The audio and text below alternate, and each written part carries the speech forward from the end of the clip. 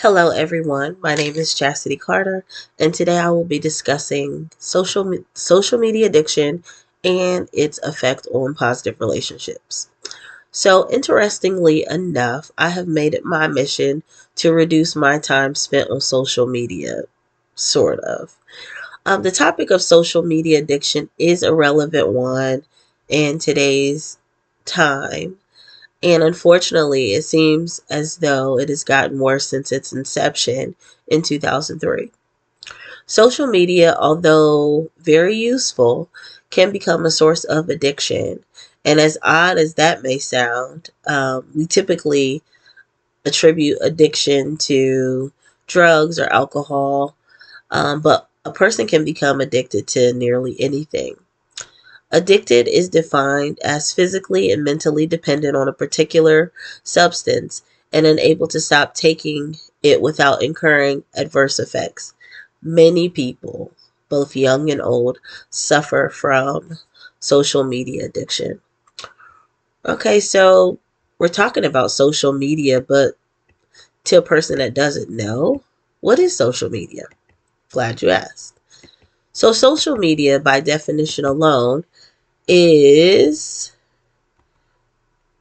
social media is websites and applications that enable users to create and share content or to participate in social networking. When social media began in 2005, only 5% of the US was a part of it, while nearly everyone else didn't know what it was. I remember MySpace and my introduction to it in approximately 2003. MySpace generated over $800 million in revenue and then was followed by Facebook, which emerged February 4th, 2004. Facebook then became the top visited site in 2008. I can remember in 2006 when Facebook was only accessible to college students who had a college email address, and I just couldn't wait to be a part of that. And then I eventually got onto Facebook. Okay, so we discussed social media, what it is, why there are some people addicted to it, but who's mostly who's most affected by social media addiction? And I'll tell you more about it. So, according to the American Psychological Association, teens are spending nearly 5 hours daily on social media, which can account for 41% of teens with the highest social media use rate, and their overall mental health is listed as poor to very poor.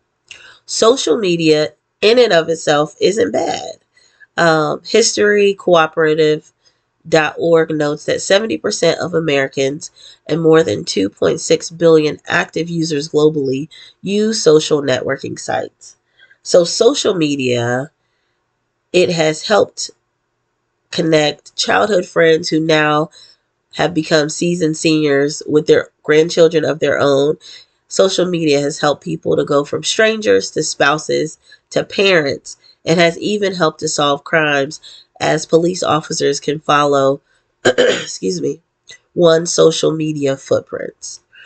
So I have seen where there have been instances where crime has been committed, and because the person who committed the crime, they were able to trace their last, essentially their last steps on social media. So they were active on social media an hour ago, and it could, oftentimes social media, you can elect that your location is shown.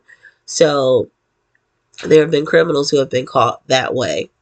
So with the problems of social media, I told you about the problems, but are there solutions? Absolutely. I'm glad you asked. So social media addiction in youth can be curbed by parents monitoring the amount of time their children are on social media, the content that they are viewing and or participating in, because 60% of most social media users are those who have low parental monitoring and weak parental relationships. So, unhealthy addictions to social media um, can affect relationships amongst parents and children, because oftentimes there can be a parent or parents in the home who have allowed their children to be on social media, not necessarily monitoring the usage, what websites what websites are being accessed. And I have heard stories where there will be a child or adolescent on a social media website thinking they're speaking with a peer. However, they are speaking with an adult who is preying on that child. So that addiction, and if it's not monitored as far as social media use is concerned, can be to a child or young person's detriment. And oftentimes, as I said, children are allowed to surf without supervision. They play on gaming systems such as Fortnite, and there are adults there who are preying on children, and they are becoming victims as a result. Also, adults are said to, on average, spend approximately 2.5 hours on social media. So, we discussed social media, the addiction, and if a person is addicted to social media, is there any benefits in breaking the addiction or lessening the time one spends on social media? Absolutely. One benefit of is excuse me, one benefit is the lessening of symptoms of depression. Um, there are self-image issues, less loneliness, more productivity, and strengthened immunity. So in our previous reading early on, research shows that people with even smaller social networks show a weaker response to vaccines. So it's important that we be social, but the benefit of being face to face in relationships versus relationships being strictly virtual is that we are able to connect with one another and have the human touch.